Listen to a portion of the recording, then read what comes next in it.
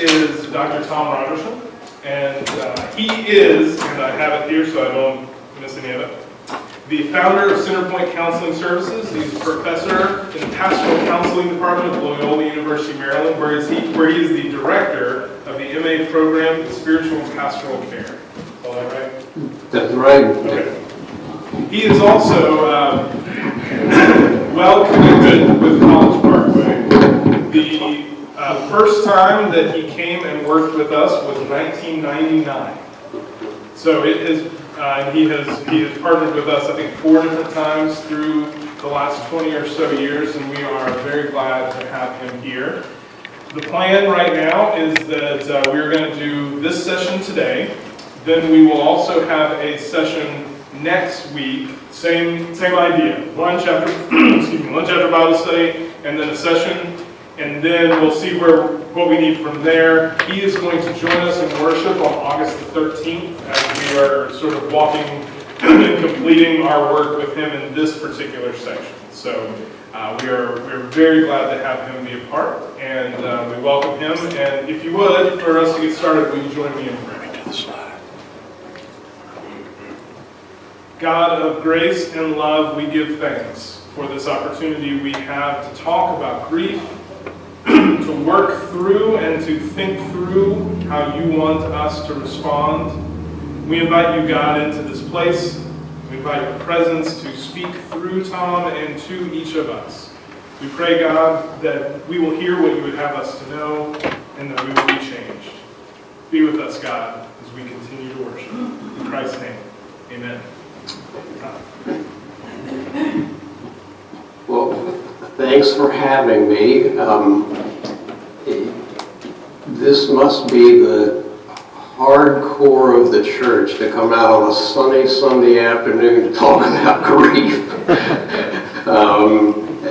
But in many ways, you become leaven in the lump in the time and life of a church, which, in my understanding, there has been significant grief and loss. And to acknowledge it, to in some sense get out in front of that, I think is extremely wise. My experience of this church through the years is that you have not been afraid to look head on at whatever is happening, learn from it, and grow from it. And by the way, I think that's one of the things that you offer as a gift to this community. And we'll be talking about how through the course of grief, you're always learning to develop a new story. And this church is probably in a pivotal place. How do we use what's happening now, not as some kind of drag us down, it's over, but what's the new story going to be? And you'll be hearing me say that because, quite frankly, that's the outcome of any work of grief, is that everybody in their own way has to learn to develop a new story.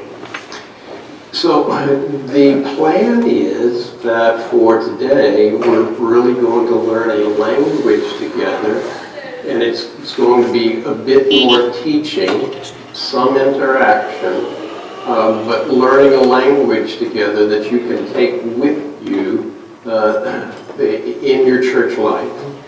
And then next week, it'll be a bit more experiential, but all along the line, trying to both teach and practice how one encounters grief and loss in life, and in particular what's been happening in your life and the life of the congregation. Today we'll have a slightly more of a focus on personal, individual, but this is going to morph into, and how does this apply to the system of the church? You can't really do without one or the other, because each one of you enters the system of this church with your own life experience. And that life experience, if we talk about grief and loss, goes all the way back to the beginning. And we'll be talking about that and how that affects the system of the church. Being out in front of that and having an awareness of that enables the optimum growth for the life of a church. So this is the language that we'll be using. Dr. Shep Jeffries, who teaches with me at Loyola. He teaches the loss and bereavement course. He's a leading thanatologist in the United States. And he wrote this book here, Helping Grieving People, which Patrick and Olivia have gotten copies of. And I'll be using a lot of his material and want to give him credit for that. And this terminology, becoming an exquisite witness, is his kind of key way of saying how we need to encounter grief and grieving people. Did you bring the tissues? Who brought the tissues? Shep Jeffries, I was telling the group earlier who were in here, that Shep Jeffries, you know when he's about to teach his class, because he goes down the hall with a cart full of tissue boxes into the class. And so the class, as you can tell, is not simply an intellectual experience, because you cannot study or encounter this without looking at yourself. And we'll do a little bit of that. But being an exquisite witness, you can see the definitions up there. But it's somebody, and you're going to be those people in which you, for one another, move into that role of a profound presence, a listener, really, for other people. Now, Dr. Shep Jeffries is Jewish, he's not Baptist. He may have chosen another word other than witness if he were to frame this, because we would probably need to hear it as exquisite observer, exquisite listener. Because Baptists, they hear the word witness and they're going to tell somebody something.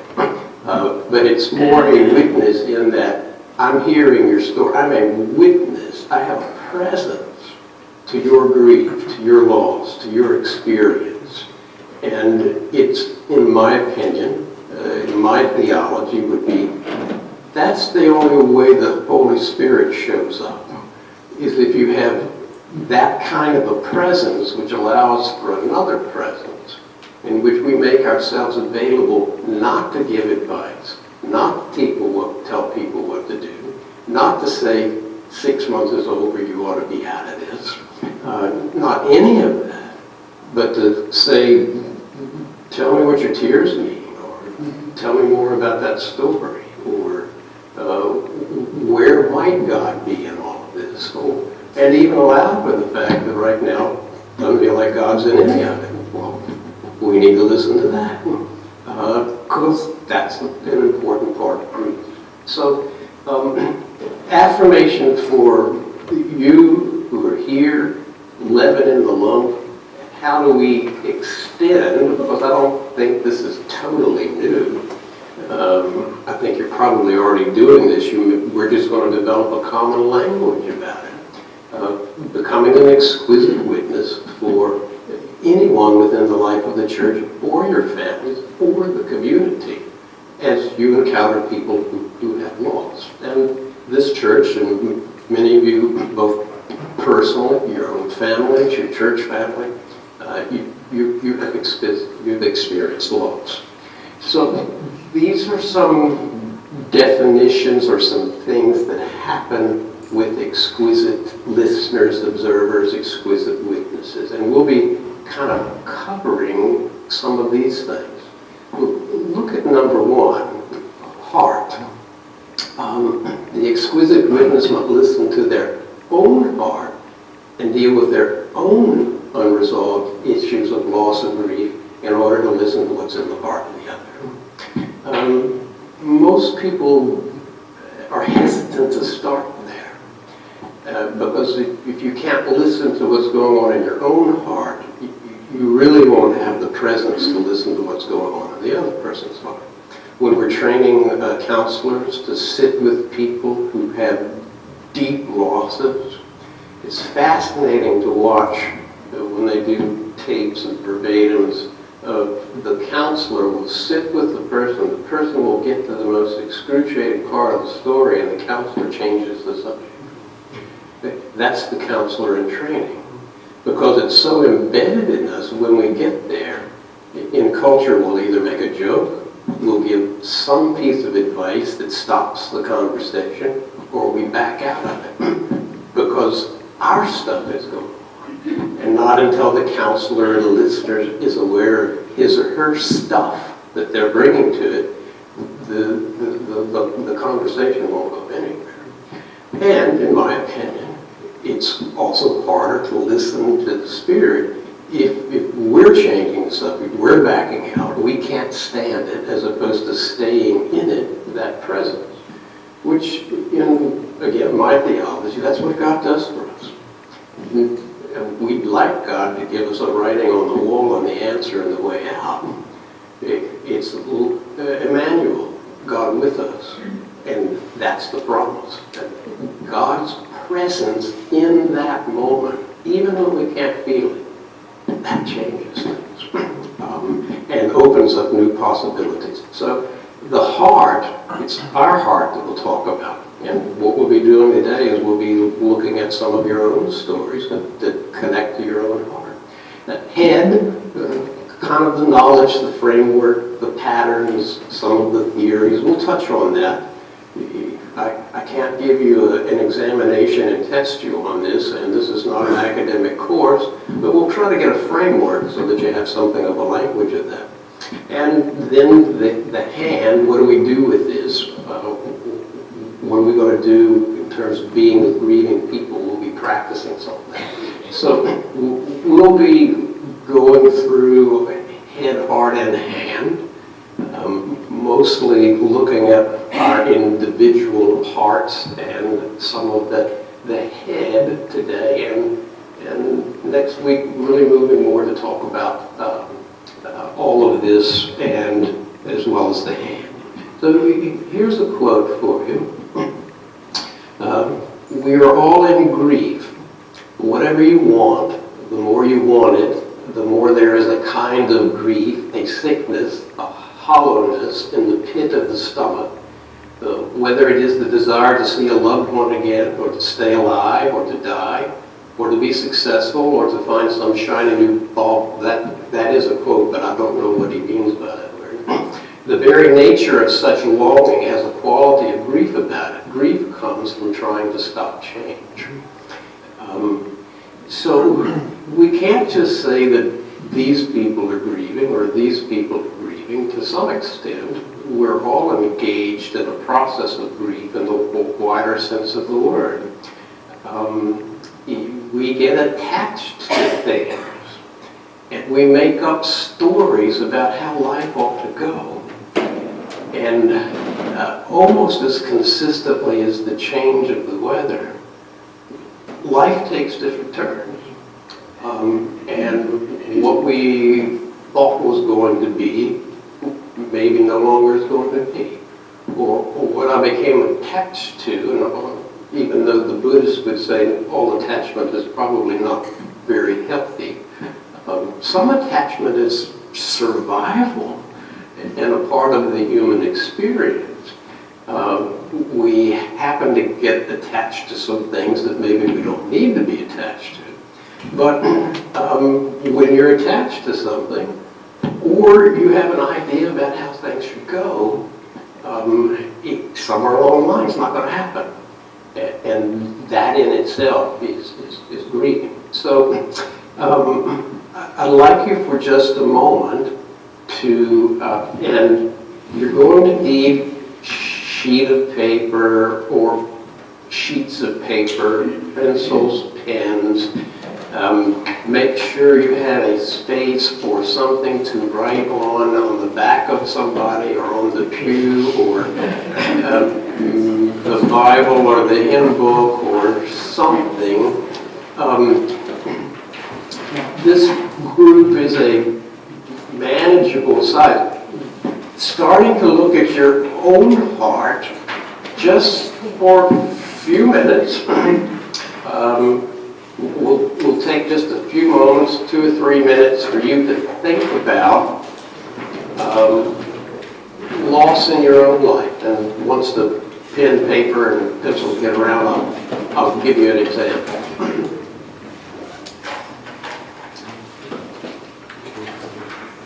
So You don't have to do 5, you can just do 1 if you want. But think about a loss in your life other than death or serious illness. And eventually I'll give you a handout to show you a whole list of things. So for instance, in my life, we celebrated the 40th anniversary of the Pastoral Counseling Department at Loyola back in the fall. The president of the university, with a total surprise to us in January, announced he was closing the department. We have over 300 students. As a student and a professor, I've been a part of the department for over 30 years.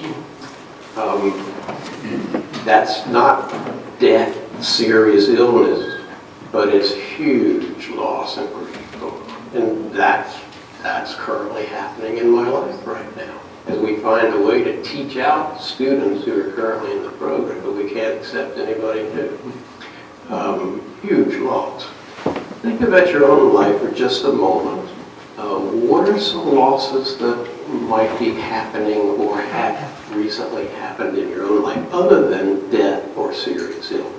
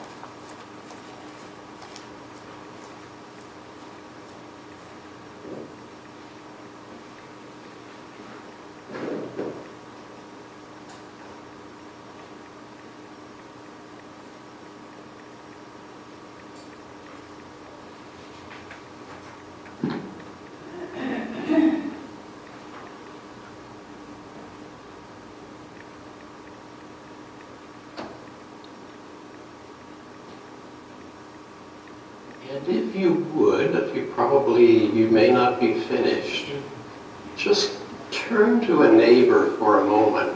You're starting to practice being the exquisite witness. And just listen for a moment. We'll need to get you partnered up, and even Patrick. But find somebody just for a moment and at least share one item of the current recent loss going on, if you could, and practice for just a few minutes, and then we'll come back to the larger group to share this kind of loss.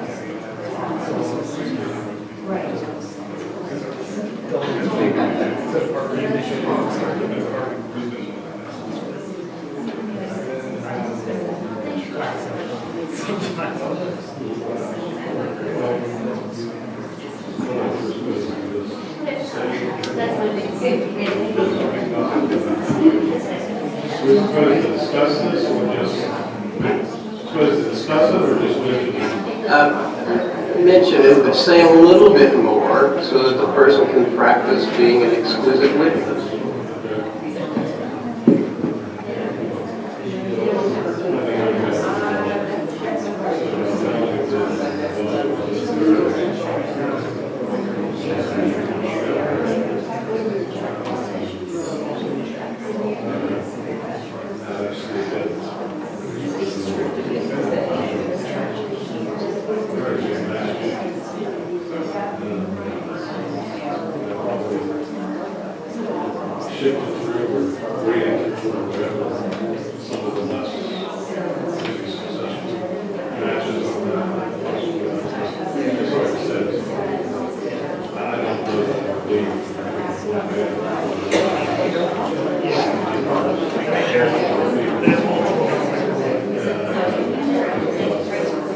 waiting is not all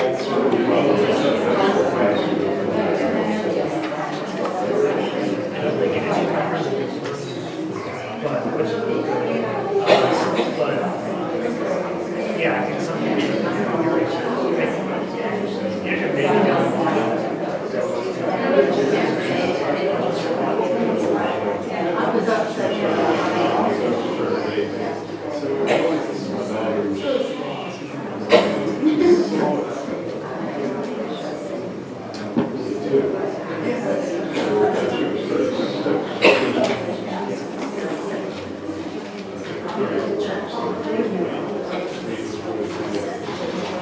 You can probably talk on and on.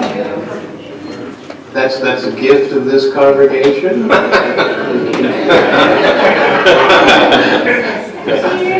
don't really have that. Maybe would anybody be willing just to share to the whole group, kind of just call out, that you don't have to have a whole story behind it, but just call out, what are some of the losses that, other than death or serious illness? Divorce.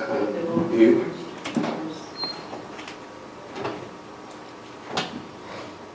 Others, just call out. Goodbye, moved away to Florida. Goodbye, moved away to Florida. Right. Lost a friendship. Lost friendship. Yeah. it was like some financial freedom and time. Financial freedom and time, that's huge losses. My brother died in March, and never had a good friend that died a few years ago. It's a grief that's still there, I'm sure. Yeah, and so that's a grief that is tied to death or serious illness, but going on largely in your life still, and it's there, it's present. Anybody else? Divorce, indeed.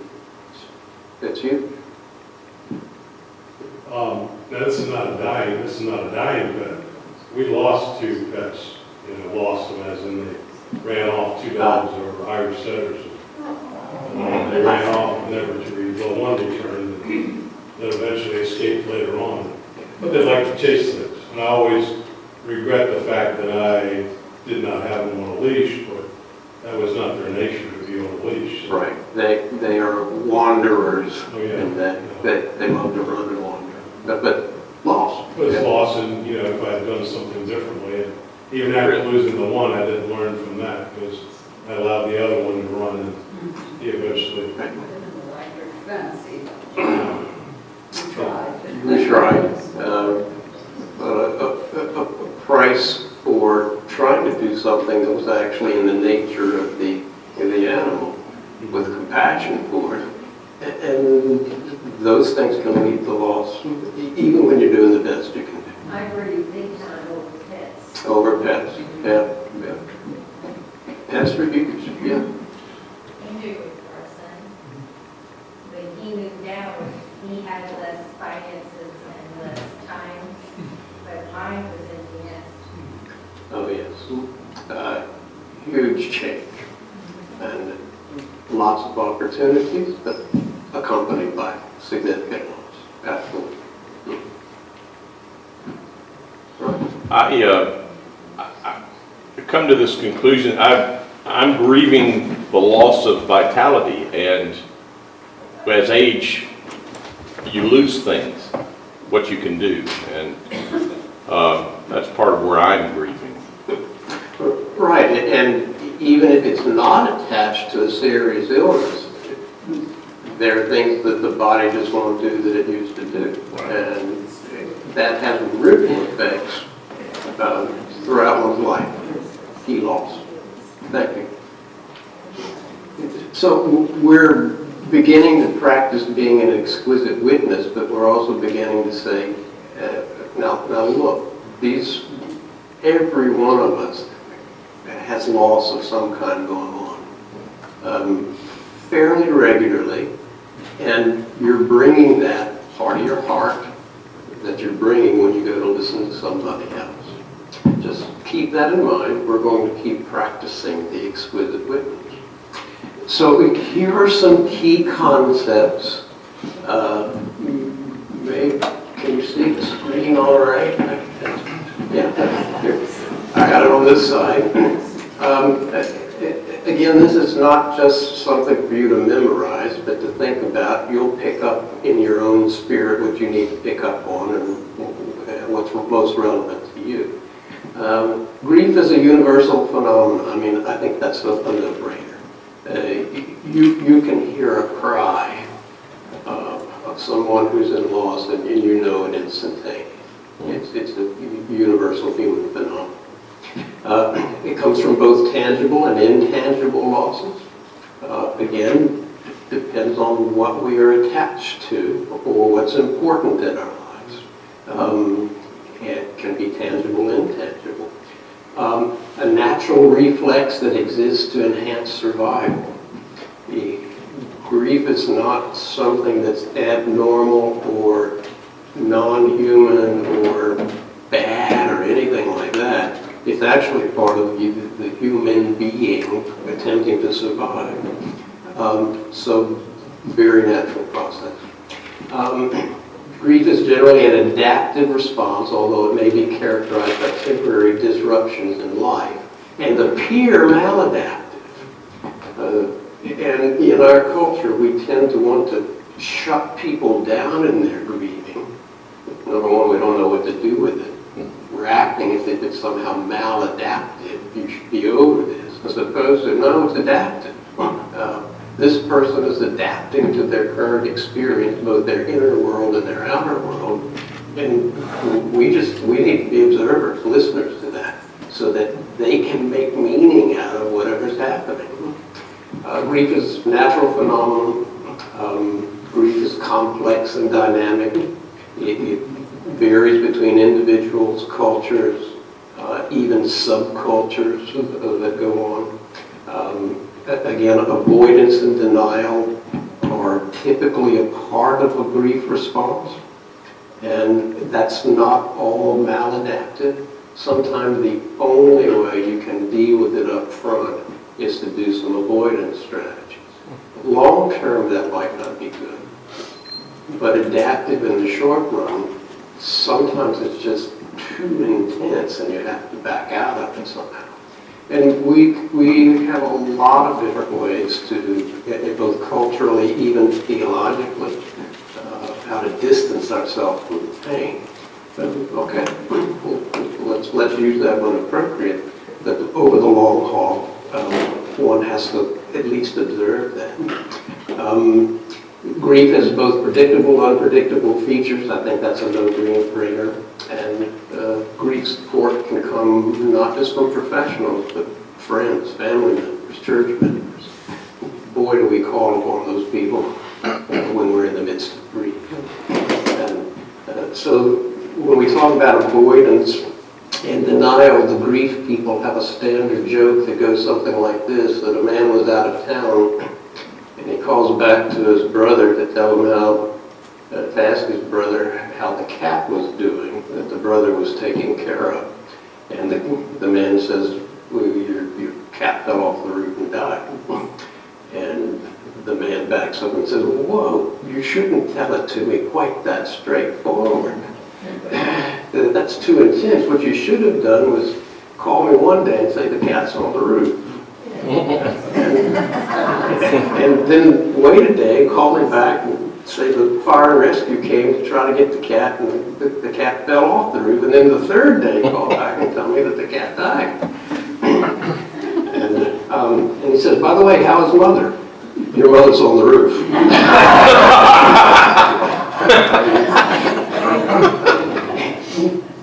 But there's a strategy in there that most of us, when there's intense pain, don't give it to me quite that painful. If we can step back from it. So according to Jeffries and others, this is some of the language definitions around grief: mourning and bereavement.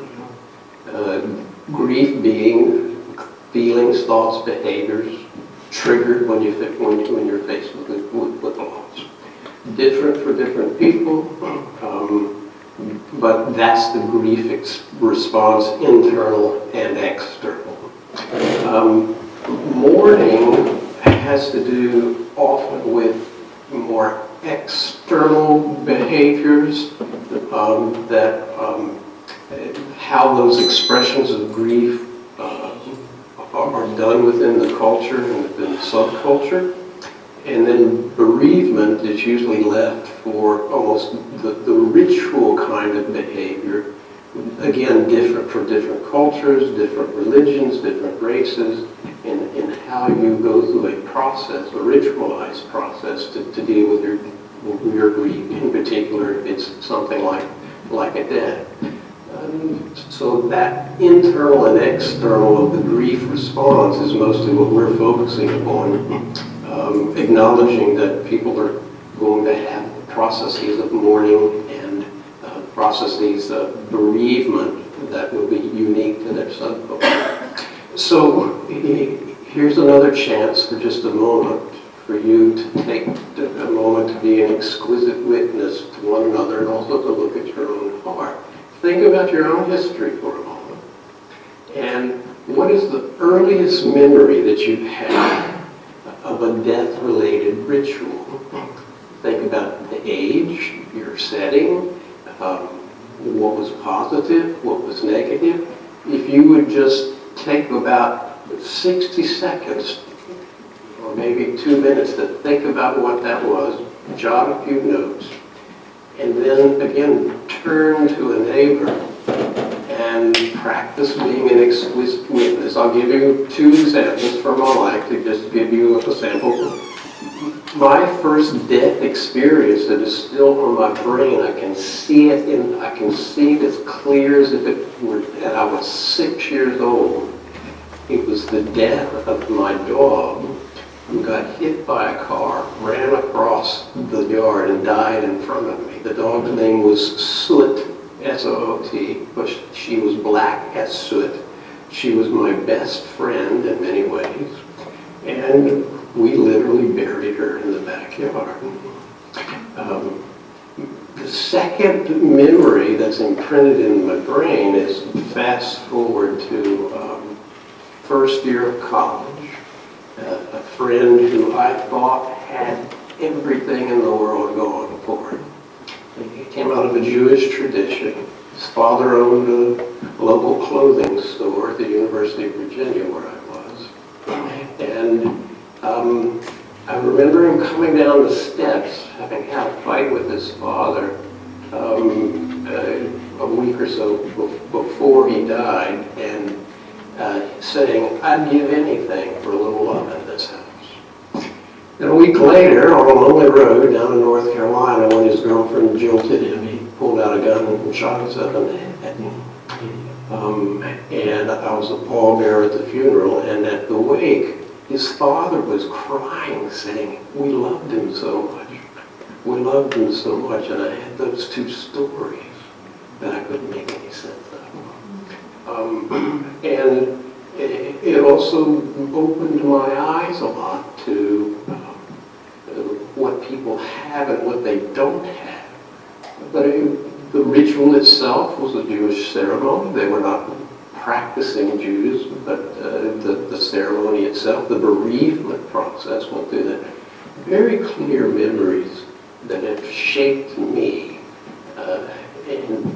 when it comes to things like grief and loss. But think of your own first experience or experiences. Take a few minutes just to jot down a couple of notes, and then we're going to share that from our hearts and be exquisite witness to them.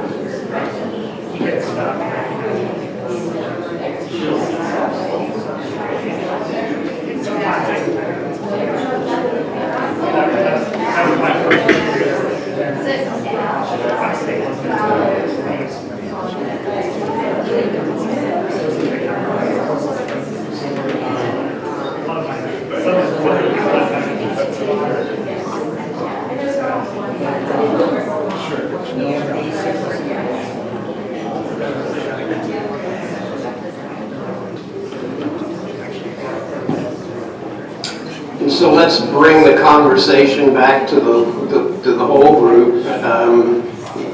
Anyone willing to just kind of shout out to the group an early experience of loss or your first experience in ritual, just to give us a flavor for what you're talking about? I went to my great-grandfather's funeral, and I don't remember how old I was. But I remember I didn't remember him very well, and so I was present because my parents were going, which as much as I can make it. I remember being kind of uncomfortable with the rituals, the things going on, and I was just sort of sitting there in a row of pews, people were talking, and I remember it was kind of almost getting the giggles. I had backed off, and my brain was starting to try and be funny. Yes. So I had a very classic response. And I didn't understand it at the time, and I felt like really bad because I was like, I'm at this funeral, I'm not trying not to laugh. Great example of that inner world that's happening, that's still part of the neurons of your brain and the entrainment with the heart. Thank you. Anybody else just shout out an earlier experience?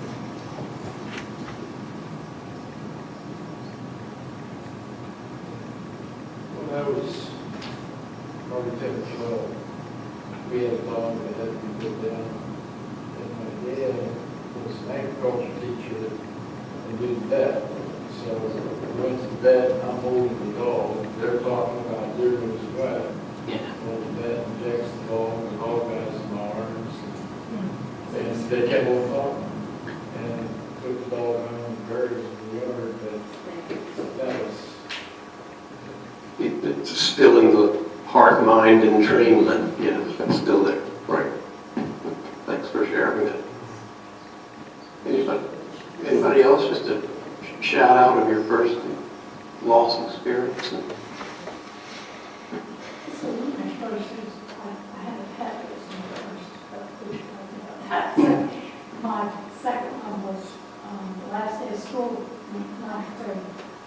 And a friend of mine only had one leg. He had already had an accident with a tractor and had lost one leg. But he was a very good swimmer. He could water ski. He was very active. Nothing that he couldn't do. And so after school, we were all going to go to this gravel pit to swim. And as it turned out, my parents didn't let me go. I had to go to my piano lesson. And I've been there, done that, so. so anyhow, long story short, when my father picked me up from my piano lesson, he told me that Jimmy had drowned at the gravel pit.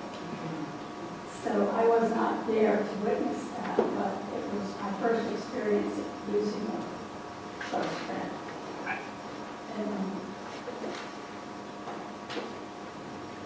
And it's still there. Yeah, it still brings up something for you to even think of that. Thanks for the courage to share the story. And what we see in that and in your story, is that what happens in this current time, all of this other stuff is present. It somehow taps deep within us. Any experience, and especially some of those early ones, that it's always present. And so part of the exquisite witness is to allow for those stories, but also to be sensitive to the fact that there's a lot going on here. And I don't know why it happens this way, but I think I can only guess that God allows things to emerge so that they continue to be in the light, so that we have a chance to process and keep having that healing that God wants for us. But it does take somebody who's going to be a listener in order for that to emerge. And you'll see some of those principles in this next slide. Some of the basic principles: you cannot fix or cure grief. doesn't mean that nothing can ever get better or that you have to stay in some kind of pain all the time. It means that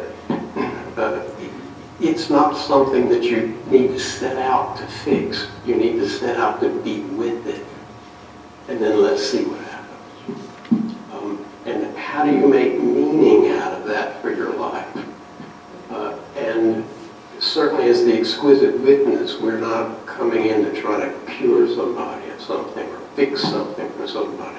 We're coming in to be present and understanding and to hear what's in the heart that can still go a long way back in the neurons of the brain and the heart. There's no one right way to grieve.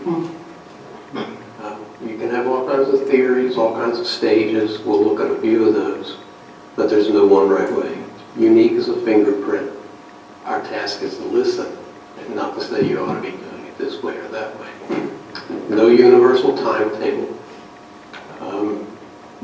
Things will surprise you months later, years later, whatever. Again, you can develop some stage theories about a process, but everybody follows their own timetable. And I say everybody follows their own timetable. Most people don't even know their own timetable. It just happens. And our task is to just be present. Every loss is a multiple loss. There is a past, present, future. And when I say future, when you have a loss now, it also has a ripple effect about the future. And there are future stories that begin to change. For instance, there was a woman who came to see me for grief counseling who had gone through a divorce, and she had one son, and her future story was the son was 15. This is the son who will take care of me in my old age, and maybe I can even live with that son. But she came in because the son had just committed suicide. Not only is she dealing with the grief and the moment of the son and the loss of the son, she's also dealing with, she didn't have a future. So you've lost the future. And so there's past issues with the divorce and with going way back in her life, many things. The current grieving going on because of the death of the son. And then the future, it's all present. Past, present, future. And this happens in churches too, by the way. That if you experience some kind of a grief or loss period within a church, it sometimes can tap previous experiences. It gets in the DNA of a church. That's not a bad thing. It enables you to continue, and we'll do more of this next week, looking at your church history timeline of grief and loss. And that's going to give you more options for having it in the light and choosing what you're going to do next. I did an intervention in a church where, not far from here, in which a number of years ago, the pastor and his wife were killed in a motorcycle accident. And the somewhat officious associate pastor who stepped in, the lead, said, it's God's will that we move on and we don't grieve this, that they are in heaven, let's move on. That church fired the next 5 pastors. Because anytime somebody tried to do any kind of change or move the church in any kind of way, all that unresolved grief just came out like a lightning bolt, attracted to a lightning rod, which happened to be the pastor. They fired the next 5 in a row. You would have thought they learned something before 5, but anyway, to their credit, along about 5, they said, maybe we need to look at something. But that's something for this church to think about as well. There's a lot of grief and loss going on. There's also change in the air. in terms of what this church needs to be, and it's not just this church, good heavens, it's what's the church going to be in the culture we live in now. And if you handle your grief and loss correctly, you'll be able to say, well, there was a particular energy in the statement that I made to the pastor when he suggested that we make some changes to the Constitution. Well, what's that energy about? And can we say, well, maybe it has to do because I disagree with what the pastor suggested. Maybe it has to do with some of my grief and loss issues. Can we talk about that? Because if a system is in the midst or has some residuals of grief and loss in it, all it takes is the proposal of some kind of change. And you have the potential for that to be a lightning rod. And just be aware of that. If it happens, it's not bad that it happens. It's what you do with it. And be able to say, oh my gosh, that has some energy to it. What's that about? And don't leave it to Patrick to figure out. Help him out here. You guys are living in the lump. You may need to be an exquisite witness to one another, or you may overhear somebody with a kind of an intensity of something that'll go towards a leader. So, well, what's that about? And can I be an exquisite listener for you to figure that out? The last two go along with that. We grieve old loss while grieving new loss. The residuals are there. We've got evidence from your own story. I've got evidence from my stories. The residuals are always there. We grieve when a loss has occurred or is threatened. For instance, there may be a discussion in the office about upcoming reorganization. And the mind already starts going forward to, well, am I still going to have a job? Or the doctor says, I think maybe you need to go for further tests. You don't have any data yet, but there's a threat in that, and grieving starts to take place. And what's in your heart and how you handle these things gets energized just with a suggestion like that as one moves forward. Example of healing multiple losses. Did anybody see the movie The Shack? Yeah. Or read the yeah. Interesting theology, and in my opinion, great that it challenged some of our stereotypical representations of God and the Holy Spirit and Jesus.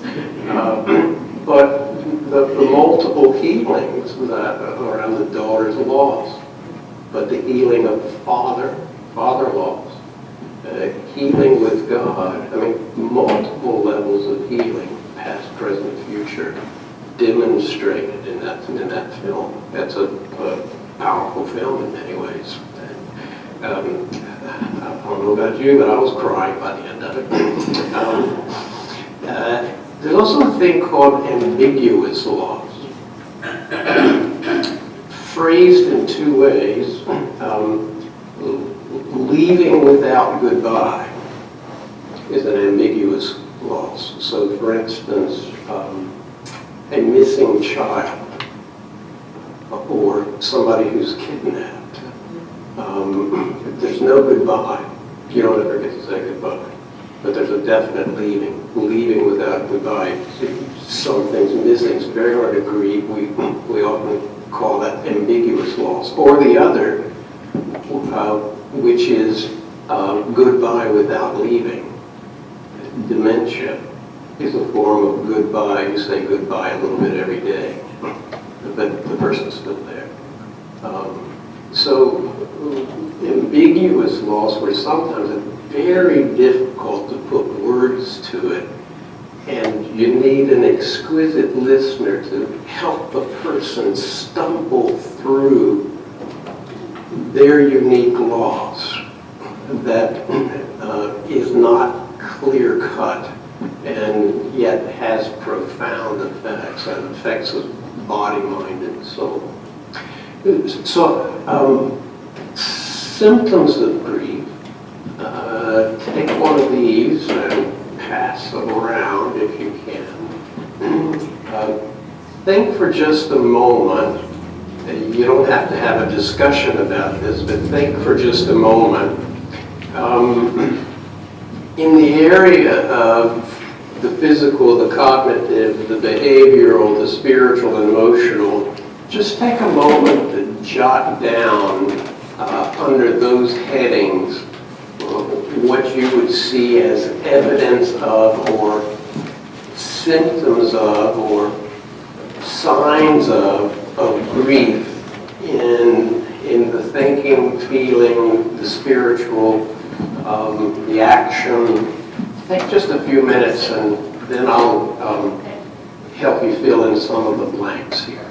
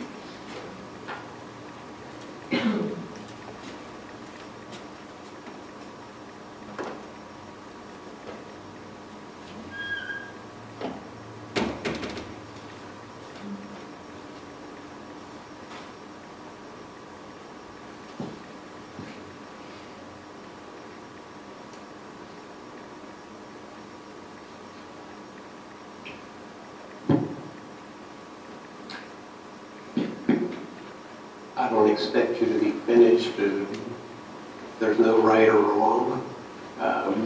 But for instance, under physical symptoms and signs of grief, we'll just shout out a couple of you. What did you put there? Cry. Fear, aches, pains, it's in the body. And the tears can be both physical and it can also be under the emotional category. It can be in both. So, yeah, lack of energy, fatigue, loss of appetite, sleep disturbance, lower bowel issues, shakes, breathlessness, palpitations.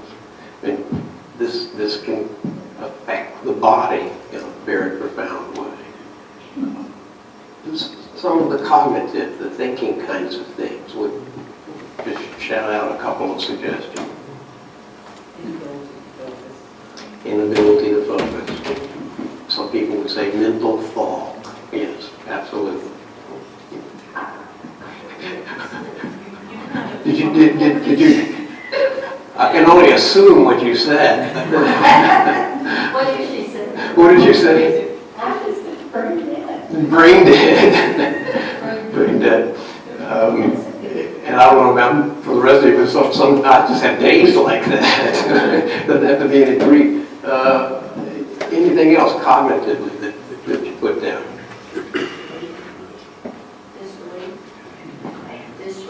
Disbelief, yes. Just, you can't even think it through. Like the mind can't even go there. Yes.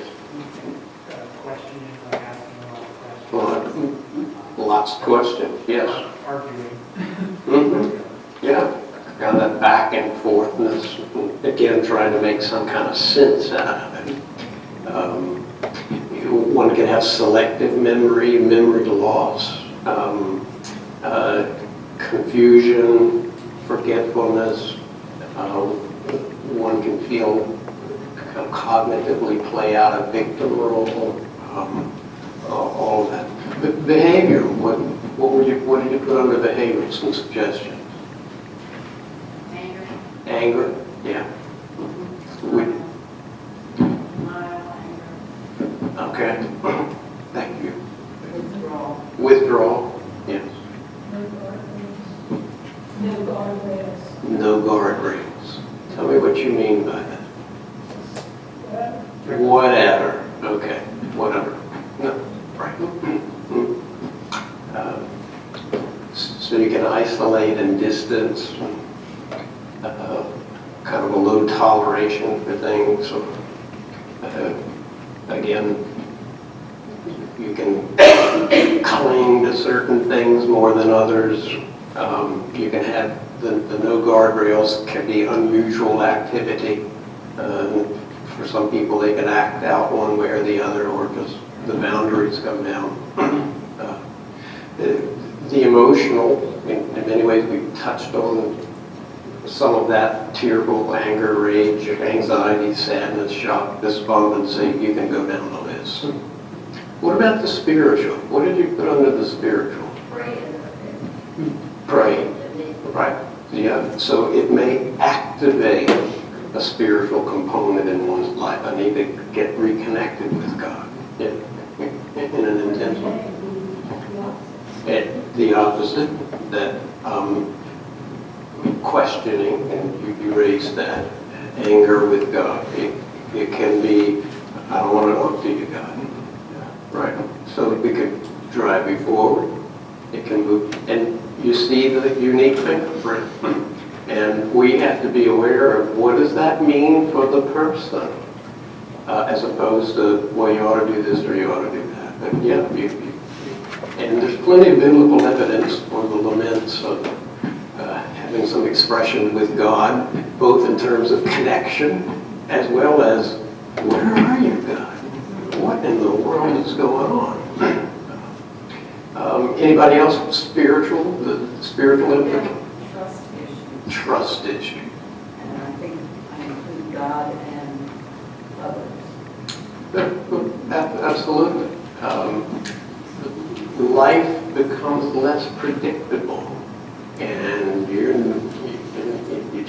not sure. Yeah, it throws everything out. Absolutely. Yeah.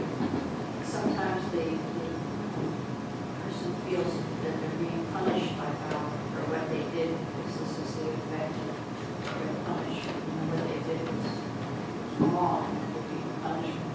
Yes. That somehow or another a judgment has been made, and this is the result of sin or something that I did wrong. Yeah. That it can certainly get framed, and that's one way of making meaning. Interestingly interestingly enough, it does create a meaning-making system that somehow makes grief tolerable, although there may be some side effects in the long run. Thank you. Yeah, and the questioning, some people also can have paranormal experiences. There can be out of body, there's strange things that they interpret in a spiritual way. Again, the exquisite witness would say, well, what does that mean? And tell me more about that, as opposed to, theologically you're off base, you shouldn't be doing that. No, something's happening here that we need to know about. So, body, mind, soul, the whole of the person, and helping people to articulate what's going on in their mind, in their feelings, their emotions, that's a part of being an exquisite witness. So I want to cover a few more things, then we ought to take a 10-minute break. I want to show you a video clip, and we'll come back and talk about that, and it'll probably take us to the end of our time today. But before we take a break, let's talk about some of the common myths, and you can add to these. Some of these are gender related, which I'll talk about in a moment, but I can handle this on my own, and I don't need to talk about it. Now you'll hear that a lot, and that may be an important avoidance denial up front that people have to do. There's no judgment here. But it's very rare in the long haul for an effective grief process not to talk about it or to isolate and handle it on your own. We need people in this process. They can't tell how upset I am as if I can hide it. It always leaks. And people will sometimes know before you know. You think you're covering it. My pain and anger and fear will just go away. Again, these are all attempts to kind of hold off the pain. Bad things happen to other people. This is a way of keeping bad news at arm's length. It's an interesting way of avoidance and denial and keeping things that happen to others away from us by framing it in such a way that this is going to happen to somebody else. It fits in an old, not very effective theology that basically says, we touched on this earlier, that if somehow you're good enough and righteous enough, bad things won't happen to you. That's not a very effective theology, since suffering seems to be built into the warp and woof of the world. And how are we going to deal with that? If I don't think about it, nothing happened or will happen. Again, some of that may be age appropriate, but a long-term effective strategy for adults, even though adults will sometimes do this. Just, I'll put it out of my mind, or and then it's not real. Myths that actually lead to complicated loss, and complicated loss is a grieving process that sticks around an extra long time, if I can say that. Grief is only an emotional reaction, meaning you're not attending to the physical, the cognitive, the spiritual, and sometimes people who say that are almost devaluing you're being too emotional. And it can lead to complicated grief. The thought that grief follows a predictable path, and then I have to stay on that path. If in fact you're fighting that battle inside, it begins to complicate the grief process. Grief causes you to detach from the person. some people will not enter into the process because the fear is that if I actually go through a process, that somehow I'm going to lose this person at another level, even in my memory, which is not actually the case. The opposite is actually true in many ways. But that leads to complicated grief. The thought that grief lasts a short time. Sometimes people are almost boastful of themselves or others that I went through this, I did this, it's over, it's done with. Sometimes that's true, everybody's timetable is different, but it can also lead to complicated grief. Time heals. There is some truth to that over a period of time, sometimes things become less intense, but time in and of itself does not heal. What are you doing in that time?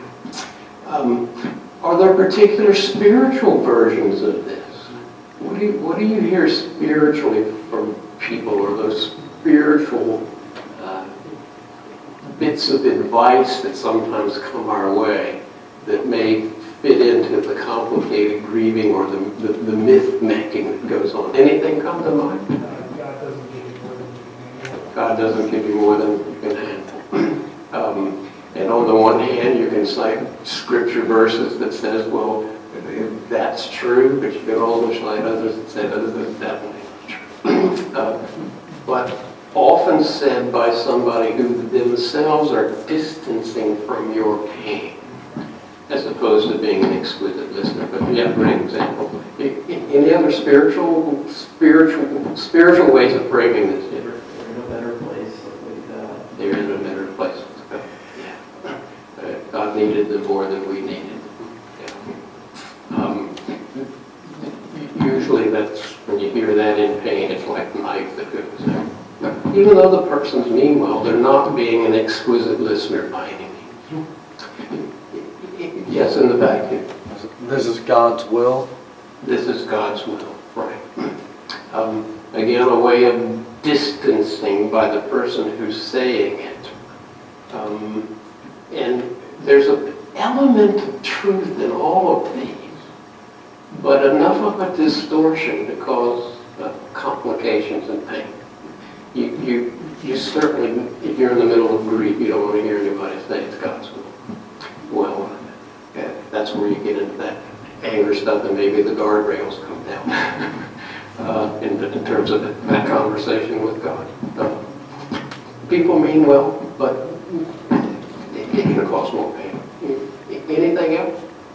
You need to focus on the outside what's good about it. So that advice giving in the midst of your pain. When somebody says that to you, what do you feel like doing? She's too nice, I would slap. But there's an inner reaction, and it may not be a physical slapping, but it may be a closing of a door that I don't hear anymore. Yeah, good example.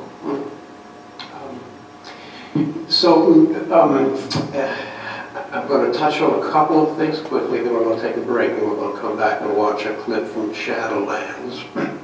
There are gender differences. I say that with some element of caution. Because a feminine style does not necessarily go with a feminine person. But the feminine style has been labeled as more talkative, more open to these kind of processing kind of sessions. And the masculine style, as you can see up here, feelings are limited and toned down, thinking dominates, problem solving. Now, there are advantages and disadvantages to both styles. And some of this may have been more true in the past than the present, because some of the stereotypes of male and female in families are shifting. And certainly if there is a person for whom their assigned gender is not the gender that they identify with, gets very complicated, and there are multiple ways of approaching things. As an exquisite witness, just be aware that there can be different styles. The styles aren't all bad, and you can invite somebody into an alternative style.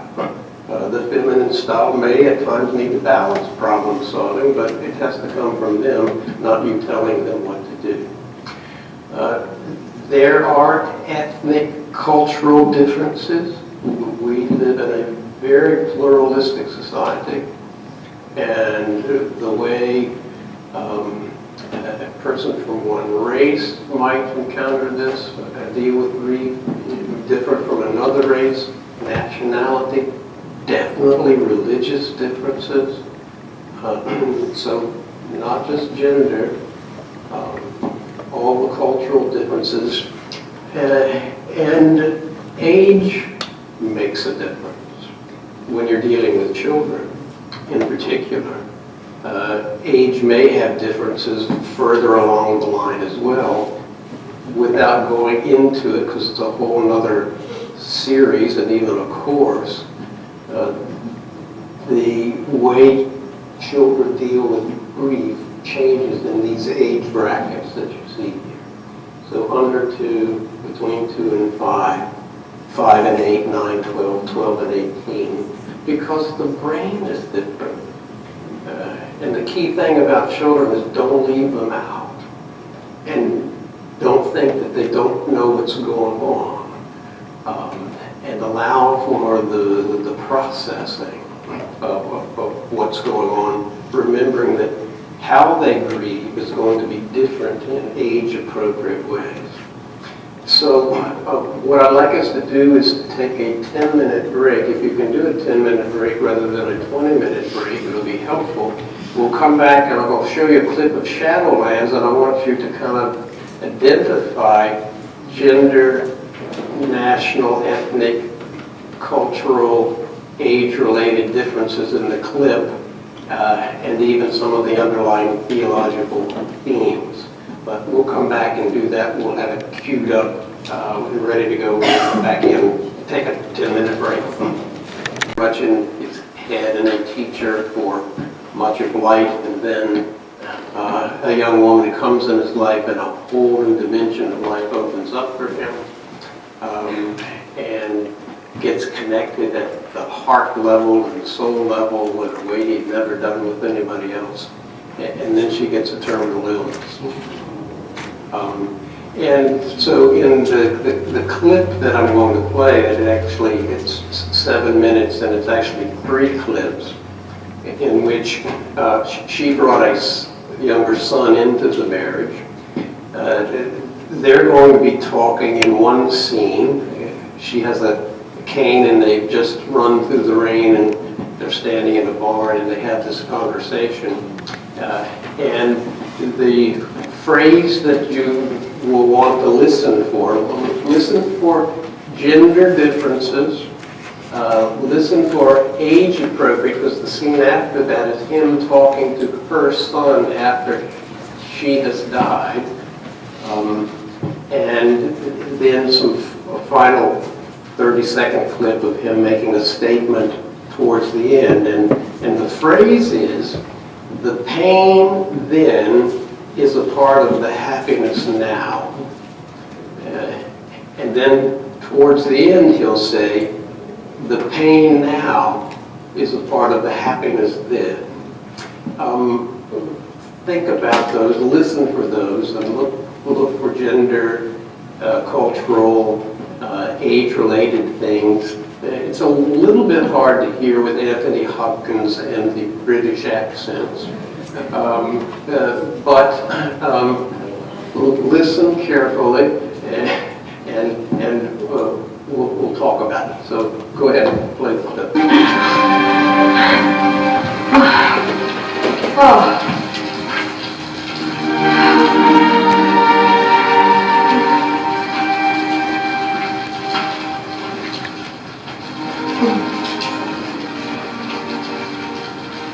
Now I don't want to be somewhere else anymore. Not waiting for anything new to happen. Not looking keep around the next corner, or the next hill. Yeah, now. That's enough. That's your kind of happy, isn't it? Yes. Yes.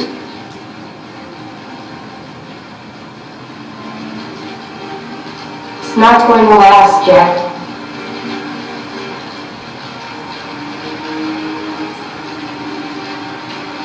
You shouldn't think about that now. Let's not spoil the time we have together.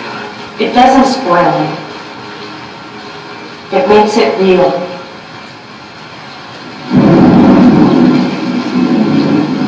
Let me just say it before this rain stops and we go back.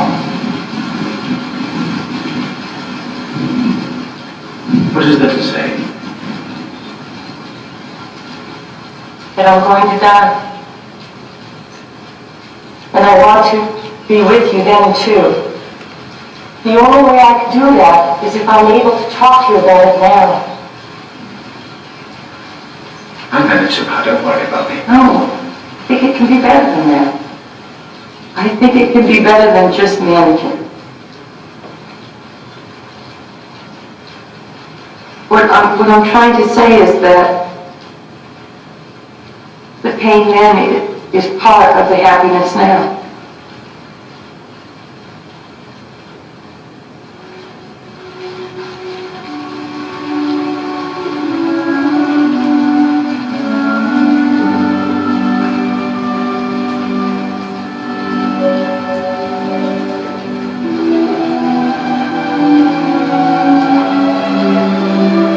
That's the deal.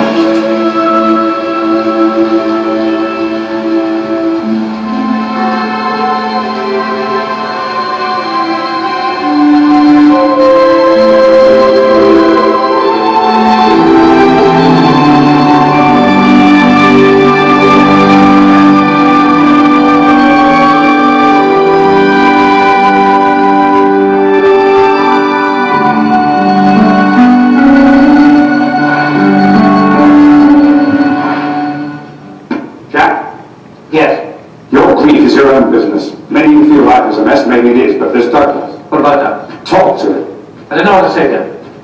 Just talk to him!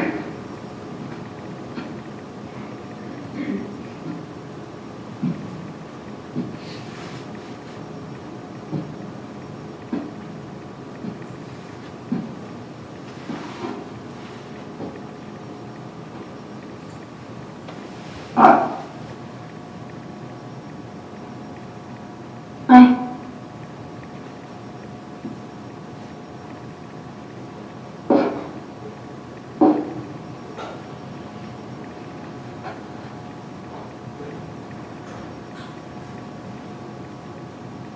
When my mother died, I was your age.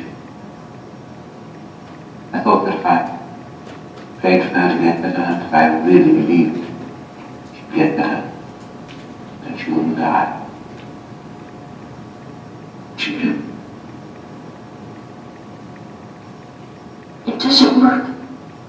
No, it doesn't work. Care. I loved your mother very much. Perhaps I loved her too much. She knew that. She said to me, "Is it worth it?" She knew what it would be like, Peter. Doesn't seem fair, does it? I don't see why she had to get sick. No, not me.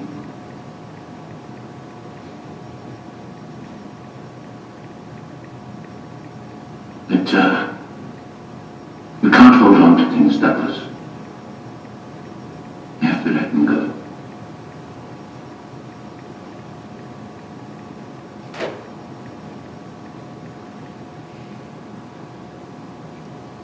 Jack, Hmm?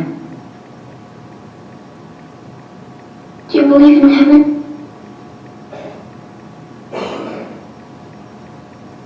Yes, do.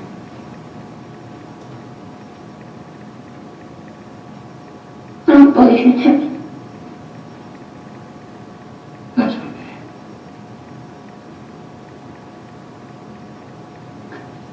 I sure would like to see her again.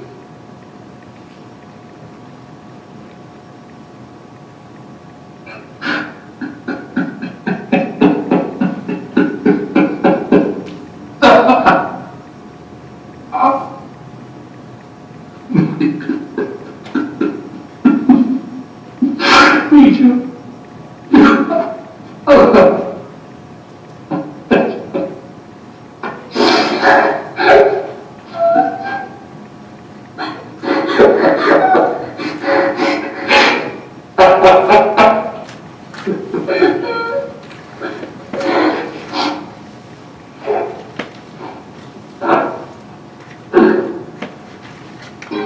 Twice in that life, I've been given the choice. As a boy and as a man. The boy chose safety, the man chooses suffering. The pain now is part of the happiness. That's the deal.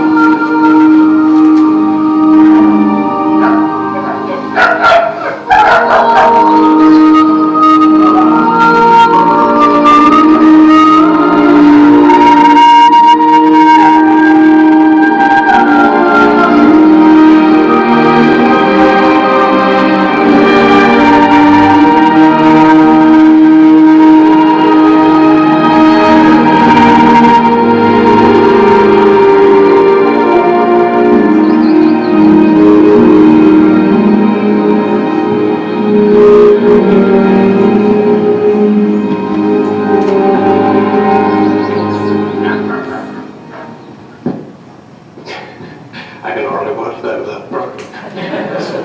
You need a tissue. So, thoughts, feelings, and seeing that clip, well, 3 clips actually. Happens.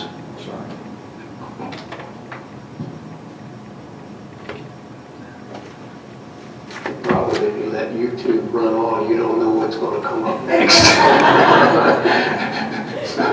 So you have to be careful about what might be in the queue. They'll get us back to the PowerPoint, but thoughts, feelings, that you get yourself the quick clips put together. She seemed to want to talk about it and get it out there, and he didn't want to talk about it. Right. But the child was more picking up deep concerns of what was going to happen in the question. Right. Yeah. So in some of the stereotypical styles of gender, male, female, she's representing that we've got to talk about this. I'm happy right now, just don't spoil the moment. And the pain then is part of the happiness now, she says. And the child, age appropriate, thinking about concrete things to some extent. And I want to see her. But both of them discussing the kind of the myths that if you've been good enough somehow, maybe this wouldn't happen. Good point. Thoughts, feelings, anybody? I found the deal very true. My dad was from very harsh family. They were handsome boys that I'm whether you really like you.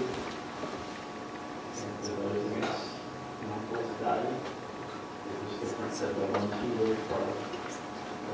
Not so much far away as the ones that you didn't have experience with. Didn't have this experience. Right. One was a heart-wrenching, soul-wrenching grief, personal grief. And one was that you felt bad for your cousins who lost their mother and father. It wasn't the same. It's not the same. Wasn't the same.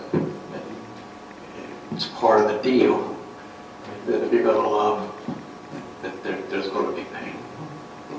joy too, but there's going to be that. Well said, thank you.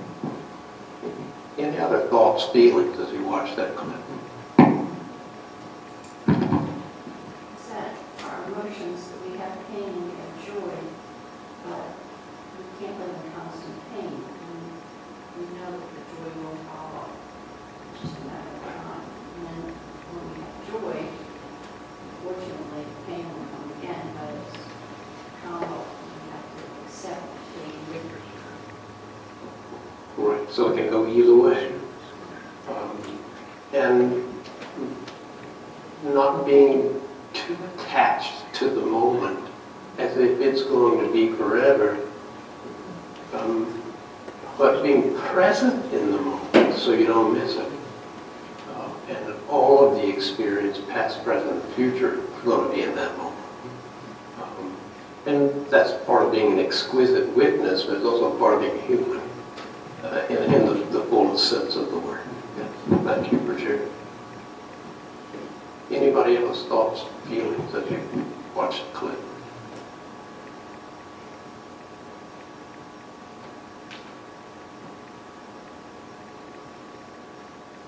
I think some kind of synergy between the different strategies is needed, different views initially, kind of not competition, but should not problem, solve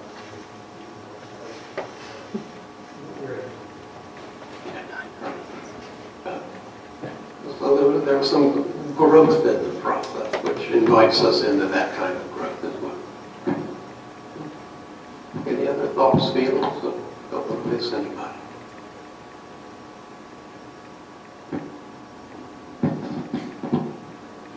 So it's not just giving examples of styles and things like that, but it's also drawing out, in the way C.S. Lewis could, some of the deeper meaning-making of life. And let's talk about that, that meaning-making activity, a few models, and I'll give you some homework before we leave today, which I'm not grading, so you can do or you can not do, but it'll give you something to think about. One last introspective thing before we look at patterns is the whole idea of attachment styles. Again, all of us learn to attach as a matter of survival. You're born, and if you don't attach to mother figure and eventually father figure, hopefully that's not it. Hopefully that's sooner rather than later with the father as well. If you don't attach, you die. So everybody learns a survival technique of how one attaches to a key person in their life. And these are different attachment styles. Secure attachment is best illustrated in, say, the child who can go away and come back, go away and play and come back, and feel secure in both going away and exploring and coming back.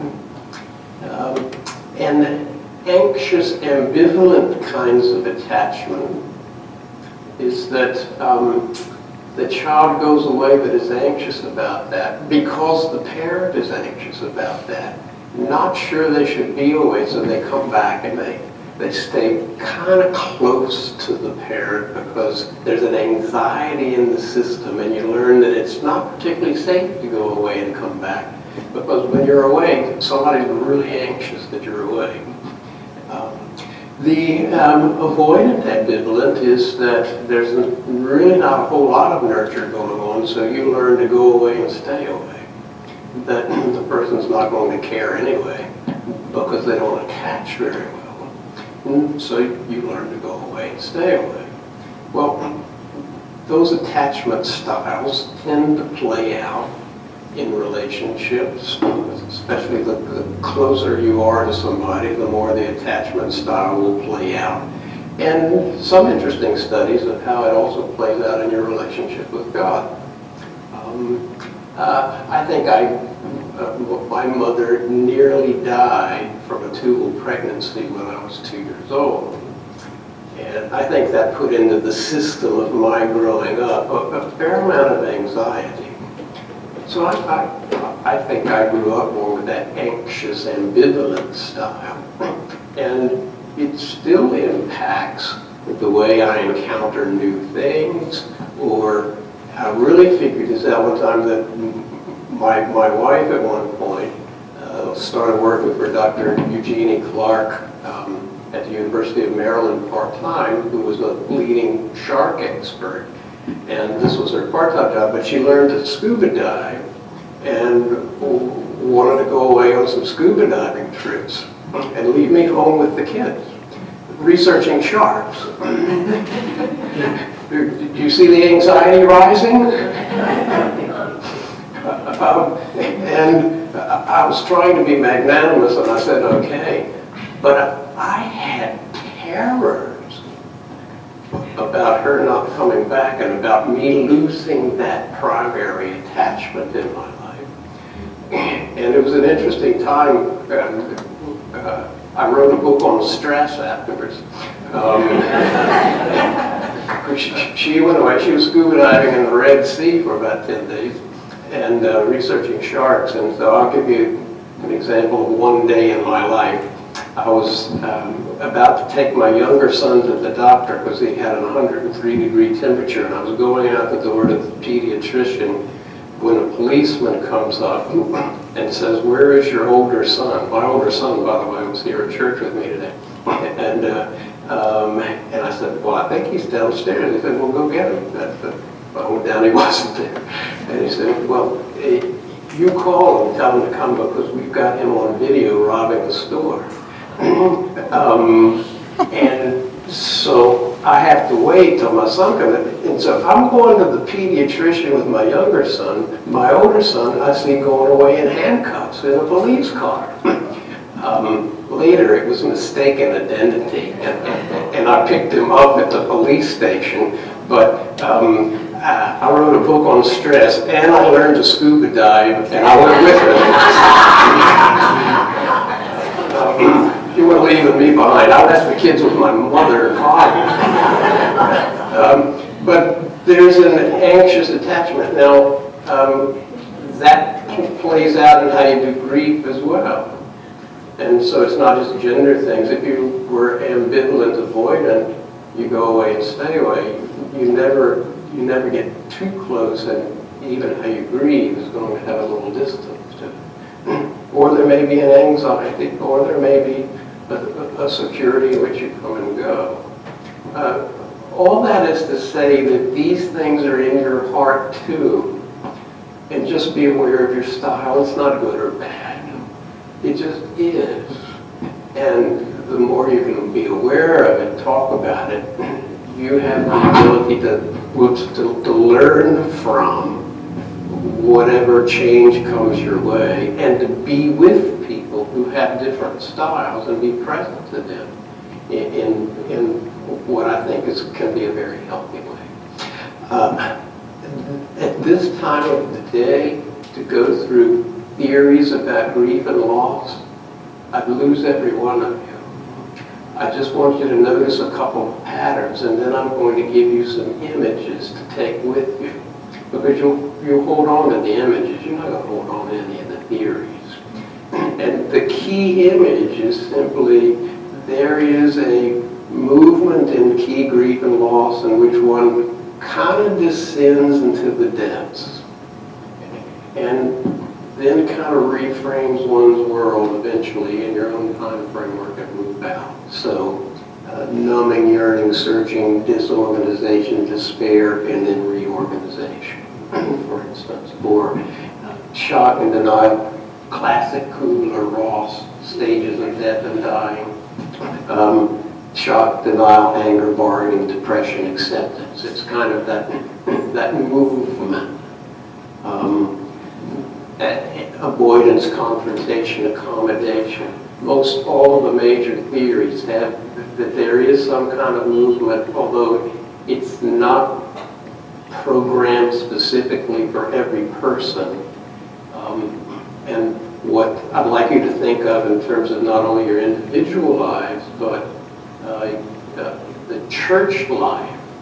What is the process? How do we acknowledge whatever pain it is, but how do we also think about what's reorganization going to be?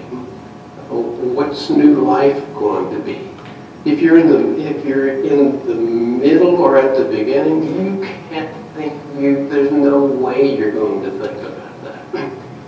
However, as I will often say to people, in the Christian hope, you can't avoid the cross or the death, but you can keep in mind that there's a possibility of resurrection coming. And resurrection doesn't just mean the afterlife. It means new life now.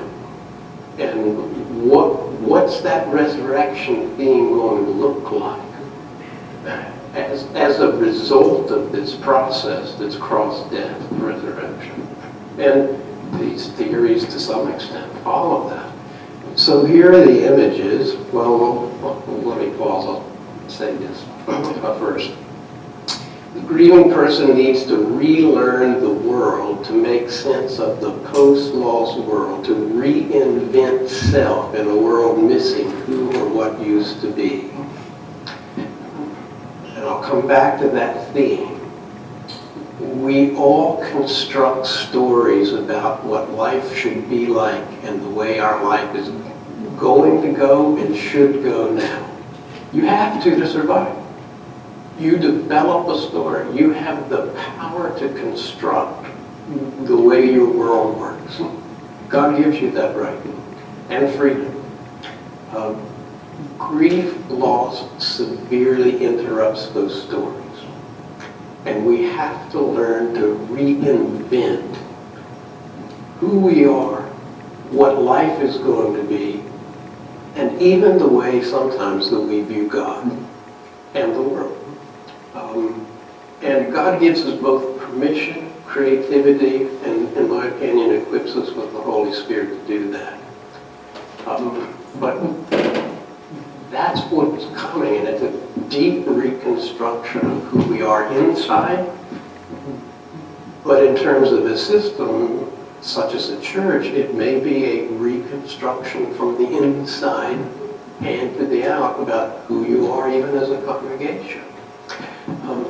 That meaning making is a core human activity. And will we do that with some sense of, yes, resurrection is coming? Or we do that with a sense of something else? Now, remember, people can get stuck in different places. It doesn't mean anybody's bad. It just means that's where they are. So, for instance, and I'll hand these out to you. Somehow or another, I lost that. You can't see that at all. So, hand this out, and we'll talk about it. And I'm going to give you about 3 of these in a row, not to belabor these, but to see some of the patterns and the images that people have as they try to develop what are patterns. And since I can't read that either, give me one of these. The file came towards the back here. You need a magnifying glass. Oh, you got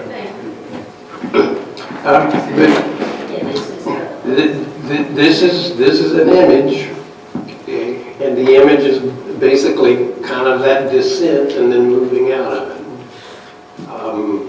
That's roughly a way of thinking about grief and loss. And so you've got the shock, all of the cognitive, emotional, physical, all of the stuff we talked about.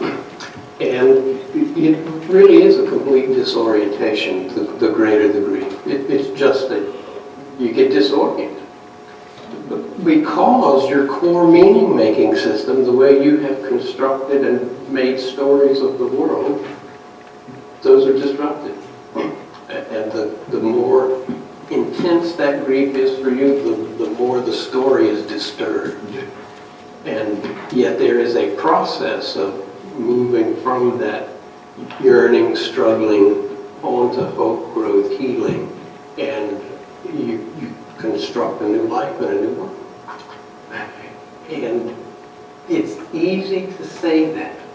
It is not easy to do. And when you're in the disorientation phase, there's no way that you can see a new life yet, or sometimes even find any good in it. But if somewhere there's a glimmer of hope, and that one can somehow grasp what's going on, and you as an exquisite listener don't lose hope, because sometimes we can lose hope. I'm dealing with the grief of a situation, and I'm literally trying to cling to the hope, dealing with a young man who was a missionary just back. He unfortunately ran over his 2-year-old daughter. And they're just back dealing with it, and he comes to help me. And it's like an image that I can't get out of my mind. And I won't share the details, so it wouldn't get out of your mind. But somehow or another, the exquisite listener has to hold out some kind of hope that some kind of experience of resurrection at some point might come out of this. When there's no explanation, no words, no nothing that you can say to quote-unquote fix or cure grief. I think the Holy Spirit, these are people of great faith, something will happen, and that's what I've got to hold on. So even as the helper, the exquisite witness, one has to somehow, in the midst of hearing a story, not be completely drawn into the disorientation, but to try to have some framework and be totally present as best one can, without any words that are, I mean, there is absolutely no words whatsoever that's going to make that any better at this point. So framework that kind of goes into that disoriented descent with the ability that somehow there's going to be a new story that comes. Just try to keep that in mind. This, which I don't have a handout for, and which you can't see, basically follows the same kind of pattern, drawn a little bit differently. This is a circle of grief, which you can hand out. So we've kind of got this pattern. Now we're going to have a circular pattern, and the next one I'll give you is a loop pattern, which shows you we don't know. There is no one right way to think about these things. Take them all and see what works best for you or for people with whom you're working. This circle of grief simply has on either side, and I really should learn to say one of these for myself.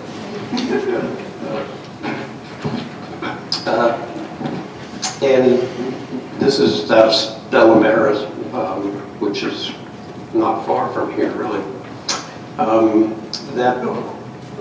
That one's going to go round and round with these things. And on the one hand, you've got all of the anger, pain, fear, guilt, despair. But as you circle around to the other side, there's going to be times of happiness, acceptance, new energy, accommodation. New things will emerge and a new lifestyle. And one actually will go round and round with this. It's not a line in which you do this and then you get this. And that's really all that image is trying to say to you, that that there's a circle to it. This is the other, and I did say one more. This is the loop one, which looks kind of like that.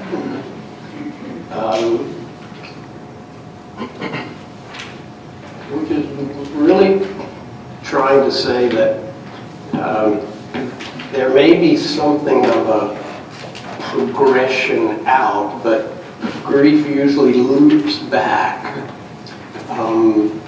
And for instance, if you look at the one at the bottom,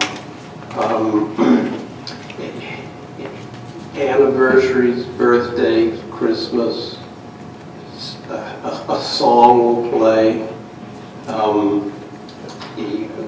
You're moving towards acceptance and a new life, but you're going to loop back, and you'll loop back into the pain, the difficulty, and it will often surprise you. It's not predictable. There's no one straight line, and consider the looping effect. So someone who you've been listening to, it's their pain, and you might be surprised that, oh my gosh, I thought you were finished with this. And here it seems about as intense as it was when you first started. Well, that's okay. There's probably something that's triggered that, which says there's some residuals that still need to be worked through, dealt with, processed. Somebody listening. The exquisite witness is not surprised by that, because it's not a straight line. Maybe it's a circle, maybe it's a descent and up, maybe it's a loop. Whatever image works for you, consider those things, because it will help you be an exquisite witness. Let me pause for a minute, and as you hear this or look at any of these, any thoughts, feelings, questions, as you can see, this is not an exact, precise science, because people aren't mechanical objects. They're people. Thoughts, questions, feelings?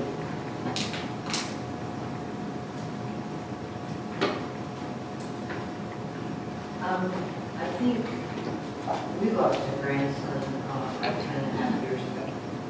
And out of all the deaths that we've had to deal with, that one, I think, I will say that this brings back a lot of memories of the first couple of years. And I still, even though it's been as long as it has, there are still certain things that will bring that back, like it was yesterday. Yeah. So I don't know that you ever totally get past it, as much as, for me anyway, you learn to accept that's the way it is, that's what happened, and you try to focus more on the things that were positive, the things that were good, not the things that you went through that led up to it. Right. Well said, and Shep Jeffries, who wrote this book, lost his son, and he says much the same thing. Somebody will say, well, when are you going to get over this? When are you going to be done with it? Going to be totally in the past? It's never totally past. And certain things will be in the moment. And as an exquisite listener, even listening to somebody else's story may bring up memories for you. And that's not necessarily a bad thing, because it can enhance the empathy, as long as we don't make our story their story. But you can see things and understand things that maybe nobody else could because of that. But that's a powerful story. Thanks for sharing that. Other thoughts, feelings that emerge?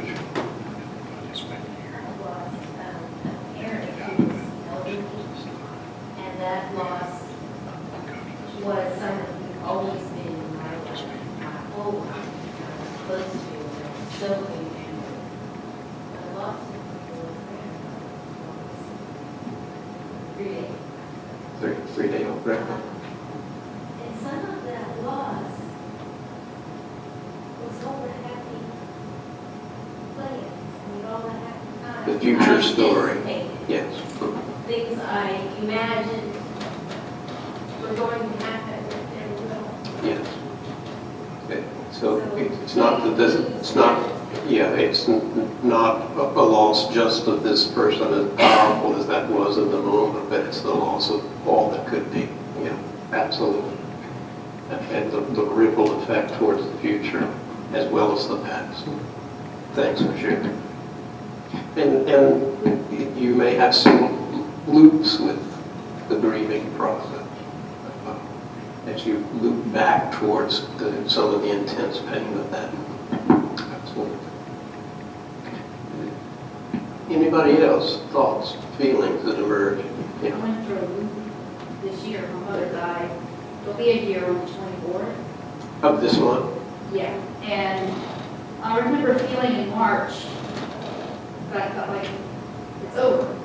I felt like, but then the last day of March, my sister called, told me there's no easy way to tell you. I have breast cancer. So we're dealing with this on our own. Right. It's really hard to see her down. Because that brings up multiple levels of loss. Again, they go backwards to the future as well as the now. But the 24th of this month, and your exquisite listeners need to remember the 24th as well as the complications of having yet another threatened loss. That's very powerful in your life right now. Anybody else, dear? What this brings up for you, stimulates me. Thoughts, Steve?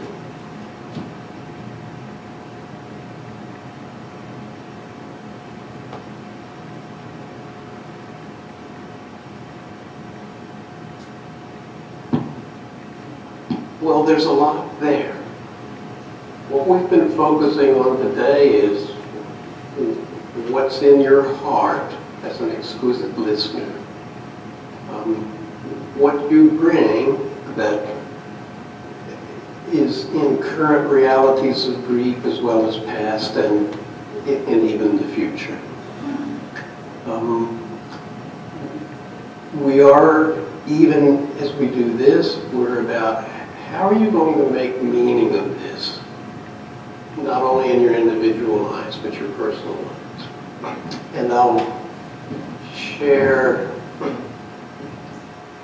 this, and then I'll give you some homework and we'll stop. You've been very alert and present, and I thank you for that, because biologically they say at this time is the biological rhythm of nap time in the course of every day. I always hate to teach a class at 4 because it's nap time for everybody.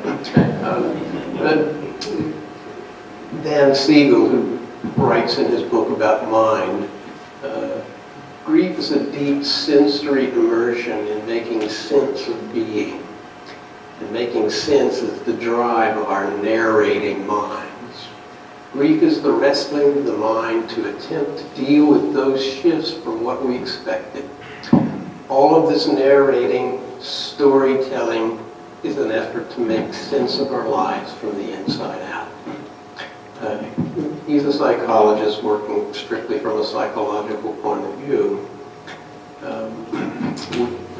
We'll add the spiritual sense making to it as well. But really the question I'll leave you with, and the homework is basically to look at your own grief timeline, your loss timeline of your life. And just to remember, not so that you wallow in it, but that as an exquisite witness, that's always present. That's okay, just be aware of it. You bring that to a church fellowship, and that will impact also what's going on with this church. And what happens here? And the story is changing. And the question that we're always left with is, what's the story going to be? In a 2010 HBO series on religion in America, that was the constant question that came out of that series, noting how religion itself, not just churches, but every form of spirituality in North America is changing. And we don't know yet what the story is going to be. So on a personal level, what's the story going to be in the midst of your own grief? At this church, systemically, what's the story going to be? And I think we're in the midst of a huge cultural shift. What's the story going to be? We don't have the answers yet.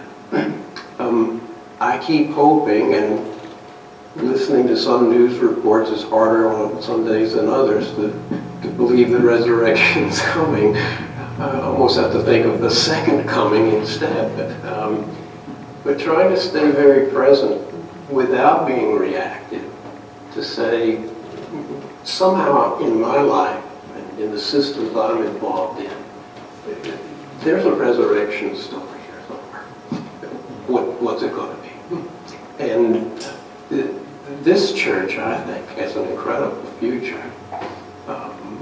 Just the fact that you people are here willing to talk about grief on a Sunday afternoon when you could be out fishing or something, or swimming or whatever, says there's a story here. So let me give you a couple of sheets that list losses that we talked about earlier, but also just frames some questions for you to think about. Next week we'll come back and we're going to do some more processing. I'm going to have less slides full of words and slides full of blank spaces that I want you to help me fill up. And we'll look at what's not just your individual timeline, what's the church timeline of loss? And in particular, what are the rituals we are going to try to put into place so that out of our grief loss experience now, we can listen deeply to one another and to God and find the new story. We're in a critical time to do that. So here are the two pieces that if you could take these and hand them out. More around personal loss to the degree that you want to do it. And we'll come back next week and kind of take it to another level. Before we stop, any questions, comments that you would like to make before we stop for today?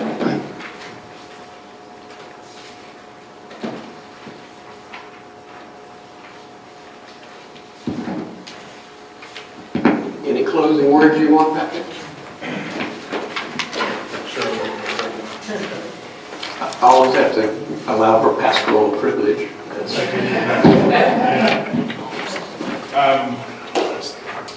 So thank you all for being